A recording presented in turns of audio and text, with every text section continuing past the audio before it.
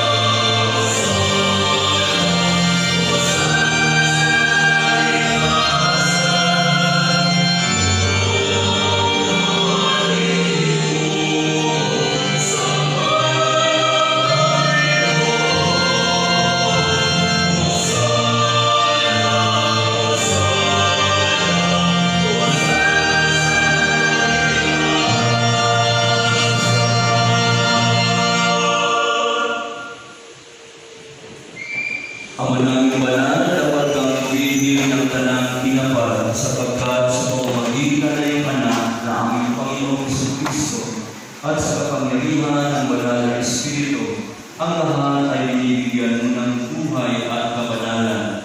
Walang sawa mong tinitipon ang iyong sambayanan upang mula sa pagsikat hanggang sa paglubog ng araw, may handog ang malinis na alay para sampahin ang iyong ngalan.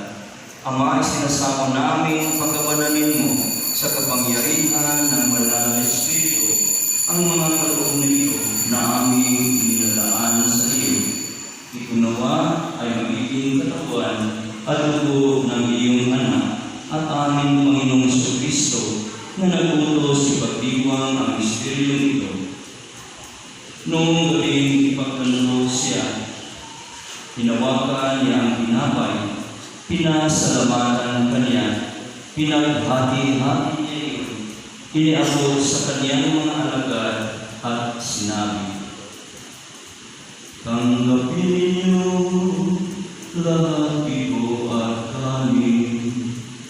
Ito ang aking katawan na ihahandog para sa inyo."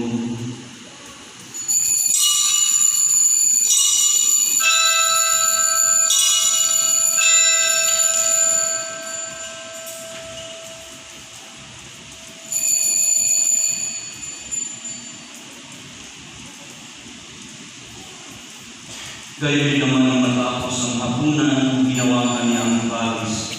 Muli kaniyang pinasalamatan. Iniabot niya ang kalis sa kaniyang mga alagad at sinabi, "Tanggapin ninyo lahat ito at inumin. Ito ang kalis ng aking dugo, ng bago at walang hanggang tipan. Ang aking dugo na ibubuhos para sa inyo at para sa lahat sa ikapagpatawad ng mga kasalanan. Gawin ninyo ito sa pag-alala sa akin."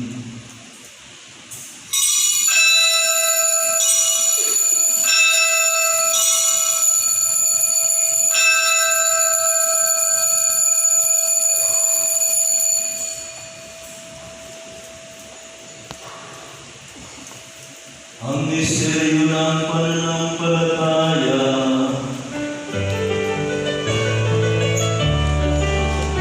Si Kristo ay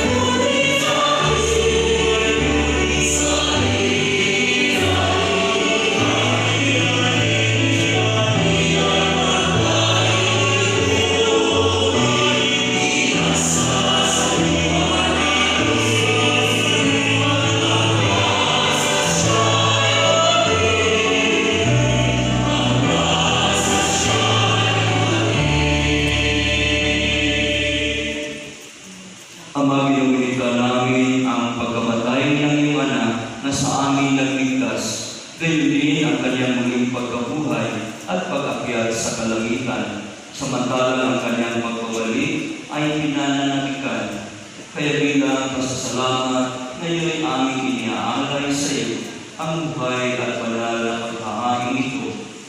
Tunghayan mo ang handog na ito ng iyong simbahan. Masdan mo ang iyong anak na nag-alay ng kanyang buhay upang kami ay ipagkasundo sa iyo. Loobin mo kami magsasalo-salo sa kanyang katawan at dugo ay mapuspos ng Espiritu Santo at maging isang katawan at isang diwa kay Kristo. Kami nawa ay gawin niyang handog na habang panahong nakatalaga sa iyo. Tulungan nawa niya kami magkamit ng iyong pamana kaisa ng Ina ng Diyos